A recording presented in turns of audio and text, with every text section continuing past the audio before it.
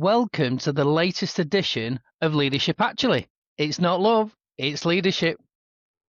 Welcome, Lisa Powney. Welcome, Lee Rogers. How are you doing? How's it been since we last? I say this a lot, but really good. Muscles are aching a little bit.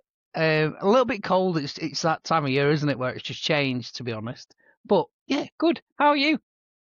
I'm good, thank you. Been doing a lot of leadership stuff, but a lot of charity stuff. I know you're part of that. So we've done. We finished an amazing walk for Macmillan. So how many miles was that altogether? We didn't do all of it, but It was 127 miles and a quarter. And so there's lots of aching muscles for that. So that was good, and it's great to be part of that. At home wise, at the next level of my dog story, we have started to have our foster dog every couple of weeks, and that's going really well. He's a German Shepherd, and he's the best behaved boy I have ever come across. So I only have to look at him, and he does what he's told. So I love that. My son is learning a lot from him, I hope, anyway. So that is all good at home too. Yeah, really, really good. Amazing. So do you want to introduce today's guest for us? Well, Brendan, I am deeply honoured that you have said yes to our Leadership Actually podcast. So welcome. So Brendan is someone who doesn't just speak about leadership. We were just saying nearly a year ago when he did the most powerful speaker note that I have seen in a long time. I was, blown away by it. And you've literally sailed through extreme conditions. You'll tell us a bit more, but you did lead a team as a clipper of a round the world yacht race. And actually, you've now turned that into some amazing learning for how we look at leadership and how we can translate that into the world's complex way of leadership. And we'll dive into that a bit more. So welcome, Brendan. It's really great to have you here. Really pleased. Lisa, great to be here. Good. Oh, lovely to have you here. And actually, we just like to soften you in. So when we ask the question, we'll dive into the deep stuff in a moment. But really, because we talk about leadership as more of the human and messy side, because we don't always get it right. And there are some moments, and I know that you've got some profound ones, I heard. But actually, what's a moment or a small habit, maybe on land or not sea, that helps you stay grounded, especially when everything is unpredictable? And you must have lots.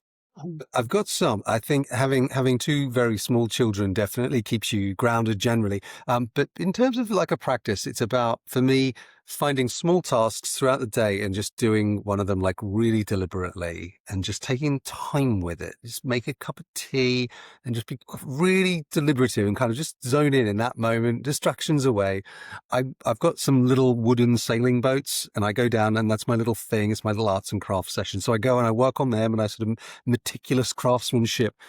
Not to that level, but it's the act that kind of just brings you back to the physical, brings you back to, a simple task you can achieve and accomplish and make something look really pretty that someone else enjoys. I love that. Yeah, the cup of tea at the start of the day, that reminds me of something quite ritual, isn't it, about that? And, if you could be mindful in the morning. And I love that you still do the crafts of the boats in your own way, very grounded. So see, that's my most important job, actually, to make a cup of tea. Yeah, for my wife. Honestly, it's the most valued job in the day, I think. Yeah, I love it. We were talking to an ex-Marine actually the other day, and one of the big lessons that he learned about cup of tea is when they join, they say that you're not allowed to make yourself a cup of tea. You have to make a cup of tea for someone else. So every time you feel like having a cup of tea, you've got to go and make someone else one.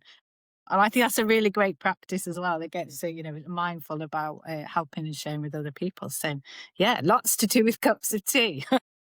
Makes me want one. So Brendan, I gave a little bit of your story, but tell us a little bit about how did you come to be doing what you're doing? So I did okay in school, not particularly academic, but yeah, after school, sort of random jobs. I wanted to be outside. I wanted to be working with my hands. I wanted to be doing something adventurous. And I settled on sailing. So I'm not a career, sort of lifelong sailor with, salt in my veins type thing. I made a sort of calculated, I'm in my early 20s, a little bit rudderless. I need a career that, will sort of set me up, and there's qualifications that build up and up. And so I moved from Australia. I'm Australian originally, and I moved to the UK and did this sort of zero to hero sailing course with visions of becoming a sort of, if you've ever seen the TV show Below Deck, sort of working on the white luxury boat, that sort of work, but with normal, well-adjusted people, not the type of characters they have. But that whole, right? And I was doing part of my training. It was a big offshore passage, 600 miles offshore we had to do as part of our qualification. We sailed through a force 10 storm in the middle of the Mediterranean, where they do get some, very fearsome winds. And I mean, all the students were bricking it. And the leader, she was so cool and so calm. And she was just so awesome in that, like, what we thought was a life and death situation. And anyway, so I was like, in that moment, thought, you know what, forget that other stuff. I want to be like that. I want to be like her. I want to be awesome like that. And so she told me, but she'd done this thing called the Clipper Around the World race and skippered a boat in that. And so I got really interested in that. And yeah, she put a good word in for me. So I started out on the maintenance team, scraping the floorboards and doing the repair work, just the bottom level stuff. But I'm in. And anyway, working for this company, I started, and I mean, just to maybe backpedal a little bit. So they run this race every 2 years. It's called the Clipper Around the World race, and it's around the world race for non-professional sailors. So anyone listening could download an application form right now and sign up, and having literally never sailed before in your life. Obviously there's a lot of training involved to get you to the point where you can do it, but there's no prerequisite of experience. And it's raced on identical boats, so it's a really fair, level playing field competition. And each of these teams, it's about 50 people, of whom 20 are on the boat at any one time, because some people sign up for the whole thing, others just do one of several shorter sections. And anyway, each of these teams has a single professional sailor leading them. And pretty soon I became dead focused that, like, that's what I want. I want to skipper one of these boats in this round the world race. And so I did. I worked my way up inside this organization, and I had a shot at going for the race before the one I did, and they gave me the feedback and said, "Look, we think you're great, not quite ready yet. Try again in a couple of years." So I did. Came back again, got it the second time, and that was sort of how I got in. It was, I suppose, I was in my early 20s, mid 20s, so a very self-indulgent point in your career, I suppose, where maybe perhaps without family, children, dependents, aging parents, you can just be fully focused on the stuff you want to do. And so, yeah, I was able to just have 4 years of absolutely blinkered, focused, and one goal: skipper a boat on this race, and I went for it. And that's what gets you to the start line. And but then the real hard work begins, and all the great stuff you've talked about, all the vision and behaviors and values and that make a great PowerPoint deck, they're kind of put into the washing machine, and that's when the real test starts. Wow, what a process. How long did it take you to learn and get all the experience ready to go? Before we go on what actually happened, what was the preparation like? Well, I mean, I was in a group of 160 people who went through this long selection process. We were whittled down, sailing trials, interviews, lots of, very rigorous, as it has to be. And yeah, so I had to have, 100,000 miles in my logbook. So, I'd done a lot of offshore sailing. This was something I've been doing for years at this point. And yeah, that, we had to have experience on sailing big boats in some sense, because I was an internal candidate. They already knew me and knew my personality. So it was there. But I mean, the early part of my prep, when I decided I'm setting my sights on this event and this goal, and, I went and found as many ex-race skippers as I could find, because this race has been running for ages now. So there's a lot of people that have gone through it already and kind of come out the other end. So I didn't want to reinvent the wheel. So I went and found as many of them as I could. Ones who had won it, others who had come 10th, and everything in between. And I just wanted to sponge off them all and just figure out, well, what works, what doesn't work, what worked for you might work for me. And, just get a holistic understanding of, and try and work out some meta themes of what makes a successful team in this very weird context that doesn't exist in many other places, certainly in the sailing world. and how could I kind of put together a team culture and ethos and way of working that would keep a team engaged. I could do it lead in an authentic way, and yeah, ultimately, my goal, I'll be honest, I made no secret of this either, was to win it. I was there. It's a high stakes race. We're not there to just cruise around the world, have a nice fun time. We were there to perform and win. And yeah, my goal was to get top 3, podium finish, if not the number 1 spot. And can I ask a couple of questions? So the first one, I guess, was you described you didn't get it first time round, but you got a lot then to go to the next time round after 4 years. What was it in that moment that was the catalyst, if you like, so that you knew next time that you're definitely going to get it? I suppose I didn't really. I mean, the feedback was very positive, and it was like you're moving in the right direction, and in some sense you're competing against these other fantastic candidates. So perhaps it wasn't that you're not ready, but it's like we've just got 10 people who are better than you at this moment in time. But come back again in 2 years, and yeah, you with that extra experience you will have had, go and do a bunch of other sailing, and really sort of work hard, find some other opportunities and come back to us. We'd love to see you again. So yeah, I knew I was on the right course, just needed to bake in the oven for another couple of years. And what's so powerful about that is I love the fact you're talking about positive feedback, because often feedback in the corporate world today can be seen as a negative, right? So the fact that you had really specific feedback that is intentional and just tells you how it is versus other people, and that's okay that you're not there in that moment. I love that. I guess the second thing is the burning thing in my mind is why? Why was this such a drive and a focus that you've described? What was it within the goal so important to you? What drove that? It was a moment. So I went and watched. So I mean, first of all, it was seeing that skipper who I described and just how awesome they were. But it was when I went and saw the start and the finish of one of the previous races. So I went up to Liverpool for the start, and I watched the boats leave. They leave the Albert Dock, and the boats are gleaming and they're polished, and all the crew are there and all their red Gore-Tex sailing suits, and it looks immaculate. And they leave, big procession, that's great, and a big send-off, families weeping, and a whole lot. They come and and then they go off. They're doing the race, and I'm following it online. They come back, 10, 11 months later, and the boats are just like salt crusted and sort of beaten up and battle scarred, and the crew, all their stuff's faded, and they're like all grizzly and grown beards and stuff. And you sort of could see this, like, wow, and you're back in the same. The thing, these boats have literally gone the entire way around the world and back again. And do you know what? It was seeing them again and seeing the boat that won, the way they celebrated, and seeing kind of what they'd achieved, and seeing it physically there. Just, I could feel the furniture in my mind being rearranged, and it was like, this is it. This is it. This is what I've got to do. In terms of what, I mean, the deeper why, I suppose it's, it's a personal goal. I figure, this is the time of life to try and do something like this before family and other commitments come along. I mean, they asked the same question of Edmund Hillary, like, why'd you climb Everest, take this huge risk? And he just said, because it's there.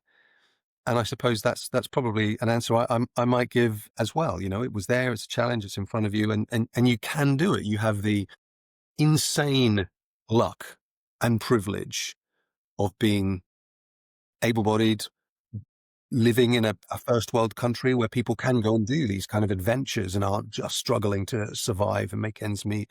So yeah, understanding that comes with that, maybe that privilege, a responsibility to try and do the things that you can and aspire to do.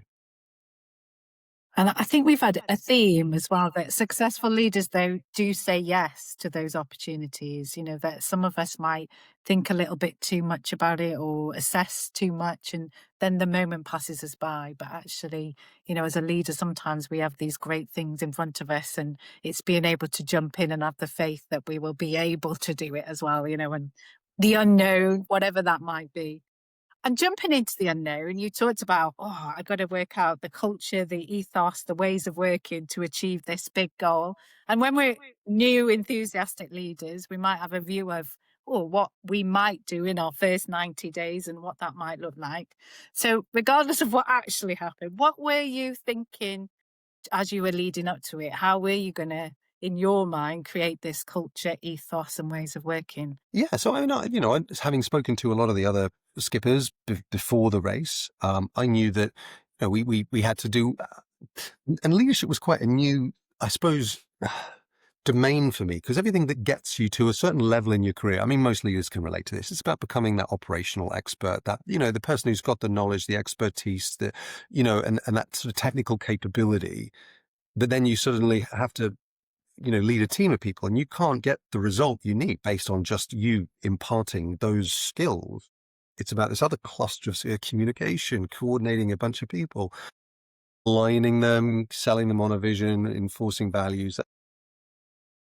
So to me, yeah, I knew I had to focus on that domain. I was okay on scaling the technical side, but in the lead up to the race, it was all about getting this team and then selling them on a vision, creating values which would incentivize positive behavior and, allow you to call people out if they're not conforming to those norms. It manages risk versus performance. There's always a balance to be found there. I mean, sailing, like business, it's a game, always a performance adjusted for risk, and you can never forget that side of it. When things go wrong, they go very wrong, and of course people can get hurt, and there have even been fatalities on this race. So it's a real thing. You've got to have there's a duality of strategy and reactivity. So understanding that you've got to create a clear understanding of where we're going, how we're going to get there, what our route is, but at the same time, the weather, which will dictate basically every decision that we make navigationally. We don't have any fine-grained data more than a couple of days in advance. So we've got to always be ready to adapt and change and test and be data-driven, but, quickly able to pivot. And keeping a team motivated and engaged in that kind of environment where they can't rely on the thing that you said yesterday, this is what we're doing. Today is like, no, we got to change that. That was, and just kind of keep that cadence of communication going. That was going to be a big thing. So talking all this stuff through, and understanding from my team, what they wanted. Because again, you can't just sort of stand there whipping them and say, we will win this thing, and, that can work, in the short term, but only if you're getting the results.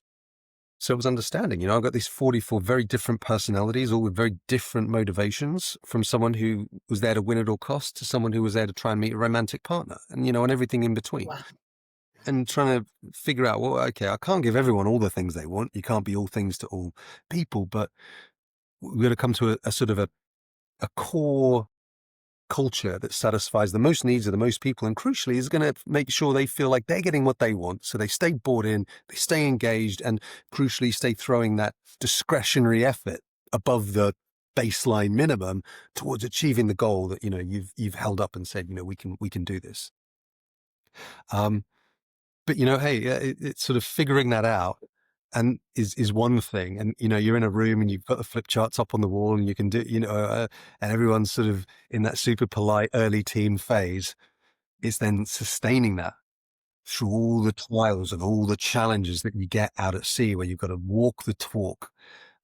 That's where these things really come into their own. And I tell you that the big moments where the outcomes of the race teams really diverged was in the aftermath of their big moments, their crisis moments, their moments of challenge, their moments of transformation, the kind of difficult moments. Yeah. And some of those moments will, of course, come from the outside world, where it just comes crashing down on you. But bad weather, something breaks, you have to just react in the moment. Those challenges would come from inside the team. The personalities start to, you can imagine 44 people grating against each other with no possibility of escape, all exhausted. And other challenges would come from inside of me as the skipper. How do you handle your own mistakes? How do you admit you dropped a clanger? How do you admit you didn't handle that well?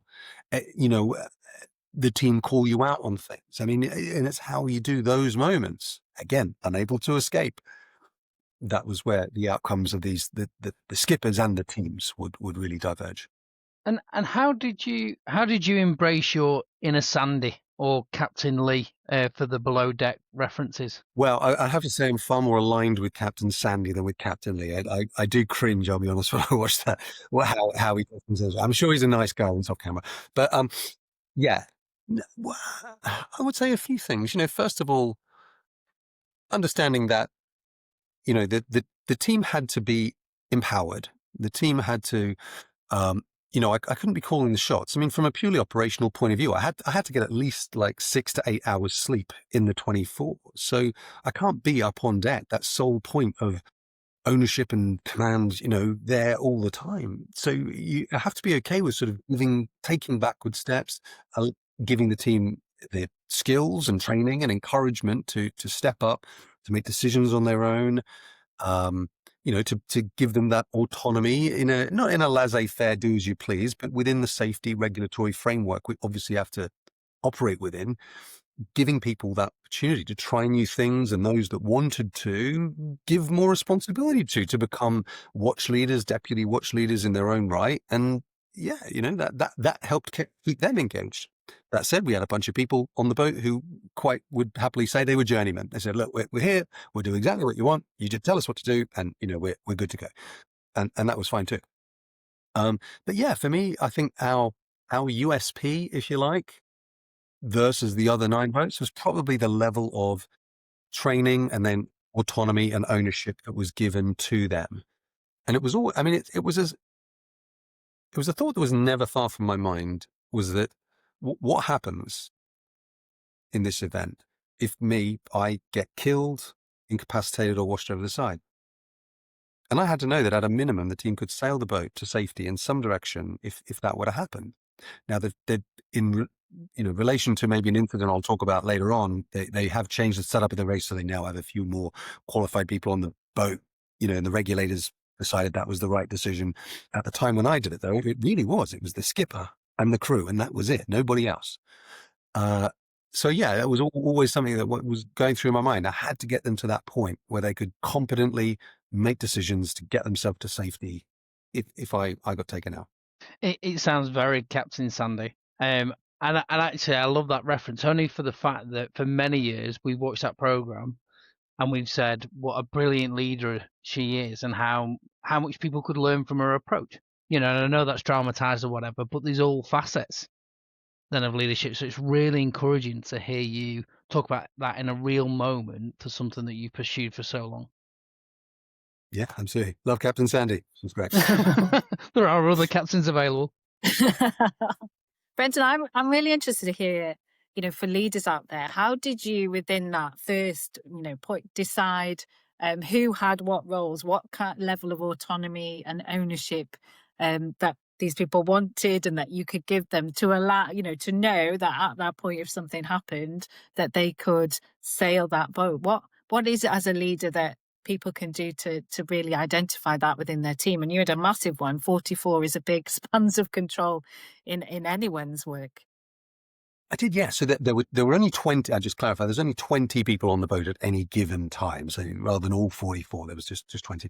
So yeah, I mean, in the same way, I suppose, if you think of a smaller startup type, where you get to know people, and you get to know what they're good at, and you get to know what they want, and that's manageable with 20 people. Crucially, all face to face all the time, and you can't escape each other. So you get to know people very well, very quickly. I suppose so. There was the formal, what do you want to get out of the rate type, conversations that I had with people. And I did ask people to self-identify. It's like, if do you really want to be a watch leader or take on one of these sort of specialized roles? Or are you just happy to be, just general, you're happy to sail and you want to be a journeyman? And it was probably about half and half. And that's totally fine. But yeah, I think it was just crucially understanding what people wanted and what their skills were. And I had a few people who I early selected as my deputies, if you like, based on one of them had excellent prior sailing experience, had the technical capability, but also was the right kind of person. They ran a small construction company in their life ashore.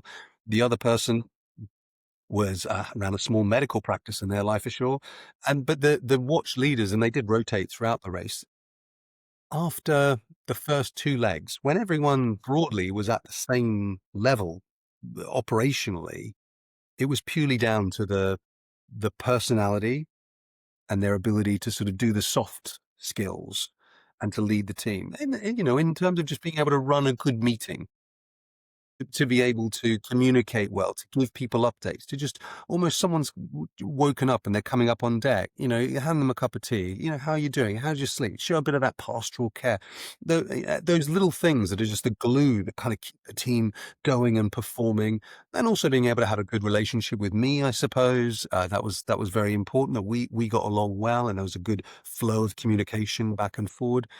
And they understood the value of the autonomy that I was giving them, and in a way didn't I suppose the one thing that would break the trust that I had in them was there were these few things that if you think we need to do any of these actions or maneuvers, you've got to come and inform me first. Okay, there's not that many, but that's my golden rule. You've got, and I might just say, yep, crack on, right decision, but you've got to tell me first.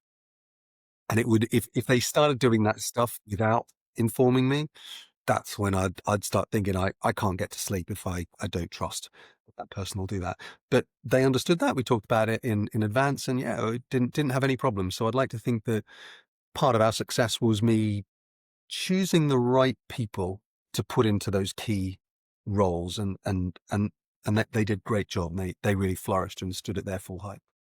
I love that, Brendan. Clearly, getting to know your people, and again, we've had a lot of leaders who talk about that as the secret sources. Like, you have got to spend time and understand who you're with, and you talked about, you've got to understand, well, what do they want to do first of all? What are they passionate about? What is the things that are going to keep them motivated? Then have they got the skills for it? Like you're talking about, can they actually do some of those things? And then thinking about, well, what opportunities can I do, put them in the right place. But I think that sometimes people get lost in that autonomy, that there's sometimes as a leader, we do have to set the boundaries or the expectations that says, this is your scope of decision making and autonomy. But at this point, it might need you to come and just check in, or, talk me through your decision process. And that, hopefully we'll all be on the same page. But that's really important in leadership as well. Otherwise, things can go off. And talking about things can go off, you said up front, I guess, as a team and yourself, you probably learned the most in your most darkest or your most vulnerable moments, in the crisis moments. Are there any of those that really come to mind? Where were the real crisis and learning points that came out for you or your team? Probably three moments where I can really pinpoint that we took a big step forward as a team based on a catalyst that came from a failure, a mistake, a problem. I mean, the first came, was I in the early stage of the race, me as a leader, I made a big mistake with my team. I let my emotional state get too closely coupled to the performance of the boat. So when we were doing well, numbers are green, I was doing well, showing up in the right kind of way, as you'd expect. But when the numbers came down, I'd get really grumpy. The communication would go away, and I'd immediately start taking back control. All this sort of the delegation that you've given to everyone, you immediately sort of snatch that back. Like, we've dropped the ball, performance isn't there. Wait, I need to kind of take control again. And really, I was giving the crew the message. I trust you when times are good, but when anything bad happens, I actually don't. But there was this real emotional volatility, and it was based on a 6-hourly time cycle, which is how long it was between our position reports. So, we often experience these ups and downs over weeks or months in a normal organization. But yeah, here it was this compressed time cycle. So yeah, but it was ripping apart the fabric of the team, honestly. But I couldn't. And I think often we have these little blind spots as leaders, and this one was mine. And we're all great at creatively self-justifying our own behavior, if you guys had interviewed me, right, on the boat at that moment, I was like, well, it's all about standards, and we've all agreed these standards as a team, and when we're meeting them, I want to celebrate that, but when we're not meeting them, we're going to close the delta, and blah, blah, blah. But it's just creative self-justification, and I was being a really, really poor leader, and they called me out on it. They did. And it was it was a real bitter pill to swallow, but in the long term, in the long drift, I'm very glad they did it early. And they did. They said, this is totally unacceptable, and we can't be led like this. You've got to, we need you to be a more stoic leader in the middle. Don't Yeah. get too excited when things are going well, but don't get too down when things are going bad. Just we need you to be the rock at the center of the team. And what they were saying, just because it's a little humorous aside, they actually said, rather you be a consistent bastard than someone be up and down. And as tongue-in-cheek comment, of course, there was the grain of truth at the center of that is they would prefer someone who was consistent than someone who was volatile. And so I needed to sort of just recalibrate that if we're going to succeed in this long-term thing, my presence needs to be the one thing they never have to guess about. They never have to really, that's not adding to the pile of uncertainty that the weather and the world around us is just creating every day. Yeah. So that was a hard lesson for me to learn. And I did. I had to make a real, I was tearful, a genuine apology to the team. I didn't set out intending to lead the team in this way. It's just sort of, it's been a learning for me, and sort of thank you for calling me out. You're going to hold me accountable to this change I'm going to make. And they had to remind me a couple of times the rest of the course, but I changed back pretty quick. At the moment we had a big disaster in the South Atlantic, big catastrophic gear breakage and damage. And again, I think my problem was I clicked into heroic leadership mode, right? We were overpressed, meaning we had too much sail up for the wind, but we were in a back of the pack and we were catching up. And I mean, we were on rails. We were going so fast and we were catching up rapidly, and we'd be right back up the front. So you feel that we can do this. We're pushing beyond our limits, not by miles, but just we should be changing down to smaller and smaller sails as the wind picks up. And you think, we can hold on to it for another hour, another couple of hours, and we'll do it. There's always that temptation, right? Just to push the dial a bit. And then, a circumstance would have a little 5p LED light bulb that illuminates our compass just winked out, and suddenly we're sailing blind. We're overpowered. The boat, the boat slams over onto its side. We steer the wrong way down a wave. It's just loads of broken stuff. Very narrowly, touch wood, avoided an injury or potential fatality. It would have been an instant one if someone was standing in the wrong place. And what I did was I immediately went into sort of, again, problem fixing mode. And I felt so guilty because I knew everyone knew it was my fault. I'd made this decision to keep more. We should have been reducing our sail. And I said, right, I'm going to go, sort this problem. So I myself as a leader went up the mast, right, with another guy. And we spent about 12 hours up there sewing this huge gaping hole in the sail closed and battening it. And, and it was like, yeah, it was hard work, but it's not stuff that only I could do. It was fairly procedural work once we'd made a plan for how we'd pull the sail back together. But in a way, it was sort of assuaging this guilt of having caused this problem. And I needed, what my boots needed to be on the deck, helping the crew get through the trauma of this incident that we've been through, rather than just focused on, this is fix the problem. And again, they said to me afterwards that really wasn't ideal. Anyone else could have. But again, we self-justify and say, well, I wouldn't ask anyone else to do something I'm not prepared to do myself. And, these stories we say. But really, I needed to be that, leader who takes the responsibility, of course, but does the right thing for the whole team in that moment. So that was, again, a real, I needed to sort of become that leader who's always thinking bigger picture. And sometimes you do have to ask people to go and do something that's dangerous. They could get hurt. And you're staying safe, but that's the right thing because your responsibility is so much broader. And that was a big part of it. And then finally there was an incident later on in the race where one of the boats, who was our competitor, their skipper was taken out by a rogue wave, and he was washed across the deck, leg broken. He was evacuated to Japan. This was at sea. He was taken off by a ship, and I was asked to step across from my own boat onto this other one and skipper both boats in tandem the rest of the way across the North Pacific. It's 3.5 weeks to land. And the reason that my team was asked was because everyone around the race knew that my team had been the one that was the most entrusted, empowered, the most invested in, the most, autonomous, had the most ownership. Essentially, operationally, whilst no longer racing, they could sail the boat to the safety standard that we demanded without the leader being there telling everyone what to do all the time because of the culture we had, the work we'd put in. But yeah, rock and a hard place decision, you know what I say. Help look after things at group level to my boss. Yeah, look after the whole fleet. Or do I say, no, your problem to solve? This is my team. These are the people whose families I know. Not going anywhere. And yeah, I mean, I reluctantly made the decision. And it was, I suppose, the ultimate vote of confidence in my team and their ability to, do it on their own and all the rest. But, if something happened to one of them, hurt, killed, it was on me. It was on me. And that burden was very heavy, very heavy. And, touch wood, we got through. We got to the other side of the North Pacific, got to San Francisco, the port. And, the boats they were badly beaten up, but, can be repaired and replaced, the fiberglass and steel at the end of the day. But they'd done it. We got in this other boat safely across, and they got a new permanent skipper. I rejoined my team, but my team did this crossing on the coldest, meanest, hardest leg of the race, and it was their supreme achievement, honestly. And one of the things that set them up for the success we enjoyed at the end, because when I rejoined the crew, and I'll be honest with you, they'd proven that they can sail this boat completely without me. I came back thinking, well, what's my role here? Yeah, why do I do this?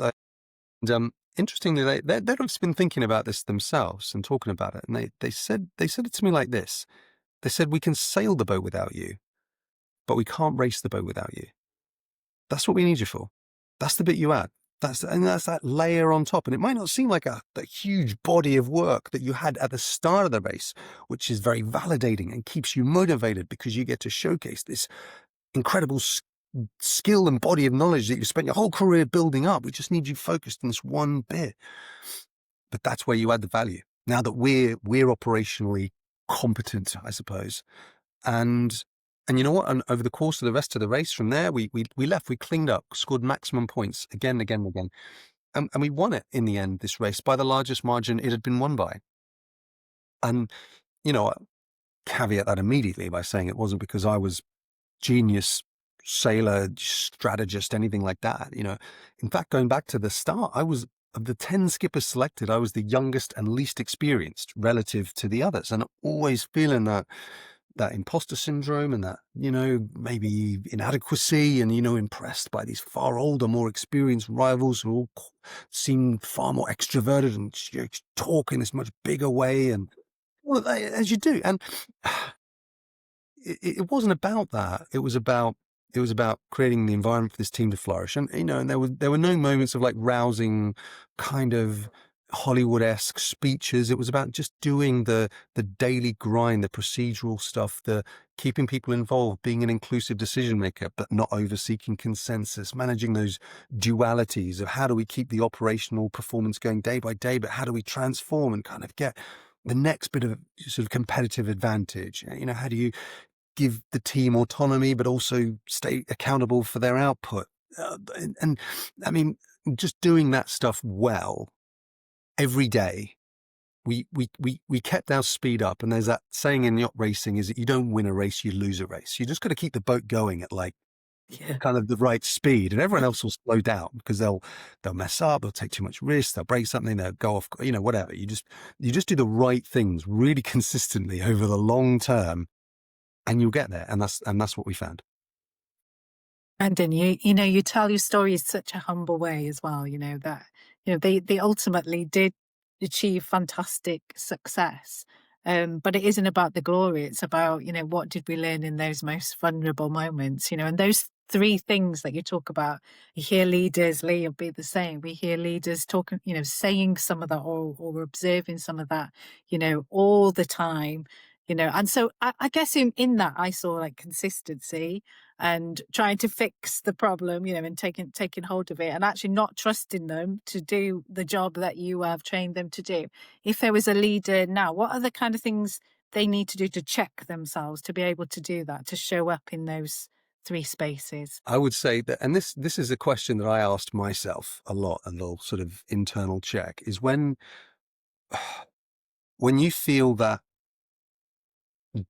you feel compelled to take control of something you might have delegated to somebody, or you've, given them the ownership of, when you feel like I need to go and take that control back, is to ask yourself an is it really true question.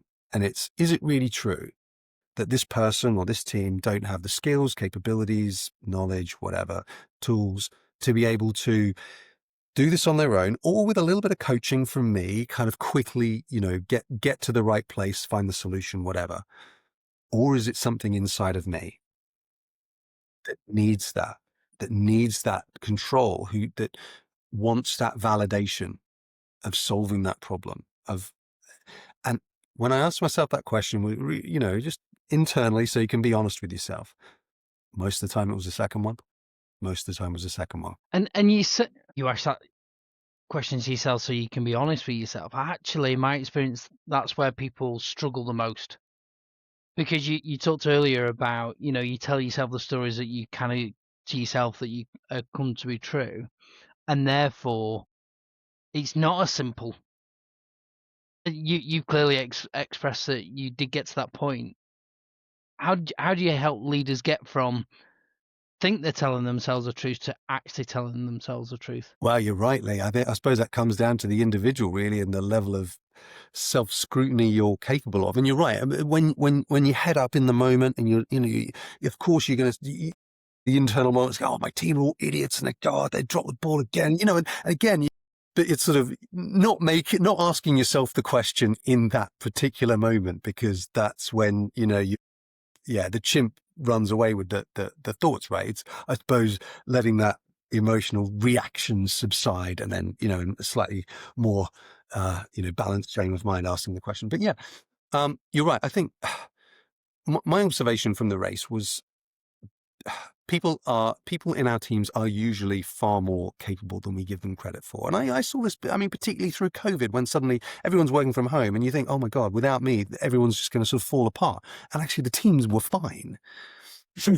That sort of maybe sort of overlook and that presence. And it's that, well, yeah, geez, they can do it on their own. And so, for me, I would say it's always better to give autonomy, give trust in small steps. The way I phrased it to myself was kind of taking small backward steps. So it's on you, have fun, call me if there's that's abdication, and that obviously just creates a void, a huge amount of stress and anxiety for them. But done appropriately in small ways, checking in that, you're okay, you understand, a bit of co-decision making, so they see what you see, notice what you notice. It's a great way of just gauging someone's, competence, ability, and, desire to sort of take that on. And done in an appropriate way, I think people will generally rise to the challenge. Couldn't agree more. And I love that, taking slow backward steps. I think that's a really powerful metaphor, if you like, for this whole piece, because I think you're right. I think people will go on their own 2 feet and look to grow and improve, whether it's coaching, whether it's observation. Really powerful. It reminds me, your whole story reminds me of Turn the Ship Around by Captain David Marquis. But a real life example of this, you talked about your inexperience, but you also talked about your drive and your willingness, I guess, to achieve, and being relentless on that, but with an ability, like the psychological safety that your team must have had to call you out. So powerful, because actually if you don't create that environment and that culture, that doesn't happen right at the start. And I wonder what the difference might have been along your journey. I think it would have been massive. And I think the odd dynamic of this race, I suppose, is that the crew are paying customers. They've paid money, they put their life on hold to come do this thing, so they have high expectations. So when the leader that's been employed to be their skipper isn't doing what they say they're going to do, and part of the problem was I talked this great game before the race, and we had our values and our vision and our behaviours, and then go out to sea and you sort of chuck them all out the window. But they said this isn't what we paid for, but we should be expecting more of this person who's been so. I didn't. The power dynamic was different in a sense that they could unionize, they could talk together and give honest feedback in a way that was done. They did it in the right spirit, in a constructive way, collectively, and that the message was strong. That I had to listen, and I had to take note of that. I suppose in another environment where the power dynamics are different, and people's concern is obviously for, I want to stay working for this organization. Maybe the boss will be gone in a few years, and I'll stay here. My primary concern is putting food on the table, looking after my family. I'll put up with it. It's just a different mental calculus that was going on. Which is why I think that, they have their place, 360 feedback tools and other things, and leaders need to accept that, that they need to listen to what gets said from their team. And, so long as the intention is, I genuinely do want to hear what you've got to say, and I will try, albeit imperfectly.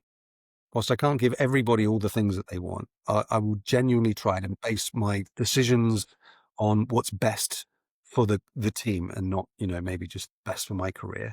Then, people will forgive a lot, and people, so long as that they feel that transparency, and your self-orientation is towards the whole group rather than, inwards towards yourself, they'll generally try and work with you. And you definitely created that. And so we saw that you achieved what you set out to do, and you learned lots of lessons. What happened next? What was that? It was done. You celebrated. Then what did you do?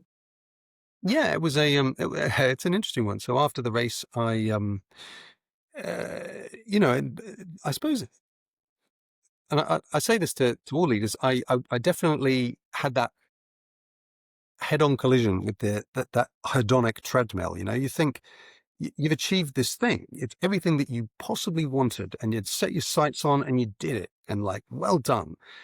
And you think the rest of your life is going to be infused with this sort of golden light that, that you've achieved this. That feeling, and it is great, it lasts about a week, and then it's gone, and you're just back to your sort of baseline of happiness. People stop asking about it. It's just old news, and that's fine. Why wouldn't it be? But it can lead to a bit of a crashing down, returning to reality. So I had a little bit of a tough time there. But ultimately, and I'm going back to our favorite TV show, Lee, after the race, I went on and did work on super yachts with my partner at the time, now wife. We were a captain chef couple on big luxury sailing vessels, not the motorboats, for the next 5 years. And then when babies came along, it was time for us to put roots down. And now we've settled down here in the South Coast. Amazing. And now you're really passionate about helping leaders, and be better, better leaders themselves. And so what's next? What are you looking to do in that leadership space, or what kind of legacy are you hoping to give for our leaders out there, Brendan? Yeah, I mean, my vision is to take sport, and particularly sailing, which is what I know and I'm passionate about, and take the lessons from that into leadership. Because there's something about being out there on the ocean. So I want to give leaders that experience, long ocean passages and short inshore, but experiential learning at sea. There's nothing like, I mean, to be blunt, nothing like a little bit of shared suffering to bring a leadership together. But beyond that, it's just so many powerful lessons that you can take from being out there, having to rely on each other, having to make decisions, quickly adapt them, and living it experientially. There's no substitute for that. So for me, it's about taking these lessons from the sea and bringing them into business. Love that. Absolutely. Well, it's been an amazing story, and so much to take, so many lessons and so many questions out there. Is there anything in particularly that's really stood out for you? So much. I think the context, you really talked about the context of the conditions of the time, that really resonate with leaders being able to adapt and taking their situation and then bringing it to the fore. The other thing, I think the most powerful thing for me has been your self-reflection and your ability to challenge yourself in a given moment after the storm settled and you got calmer seas, to then take you to the next level of a leader. And in my experience, people need a long time to do that, and it it resonates with me that you've done that relatively quickly on an epic journey. And that would be my call to action to any leader or future leader listening or watching this is, how do you build those habits to do that self-reflective piece about how effective you're being to the team? The final point is, what role do you need to play in a given moment? So you talked about, the stacking backwards, but like we have this picture in my mind, or I did as a leader when I started out. I was like, this is what I do as a leader. But actually, it was actually recognizing in the moment what is needed and required and what's not, here and now. And then next time, where does that apply and how does it differ and how does it change and tweak? So, thank you for sharing your wisdom. It's been great. Been phenomenal. And it sticks with me as kind of that question of, is it true or does it have to be me? I think is a really great question. In all those different scenarios, I think it is about control sometimes. And when we lose it, we kind of want to pull back and in there and having that, as a mantra that says, is this true or does it have to be me is a really good takeaway alongside all the other stuff, which is phenomenal. You have been phenomenal. I loved your story when I heard it first time, and it's really great to dive into a little bit deeper today. So thank you so much for your time, Brendan. We really appreciate it. It's great to have you. And I'm sure our leaders will really take some loads of great stuff from it. Thanks very much, Lisa. Thanks, Lee. Great to record with you. Thanks, Brendan. And, I'm sure Captain Sandy will also be thanking you as well for the mentions. So as ever, please like, follow, subscribe, Leadership Actually. Leave your comments on how it's resonated with you and what you'll take from this episode. And we'll see you next time. Thank you.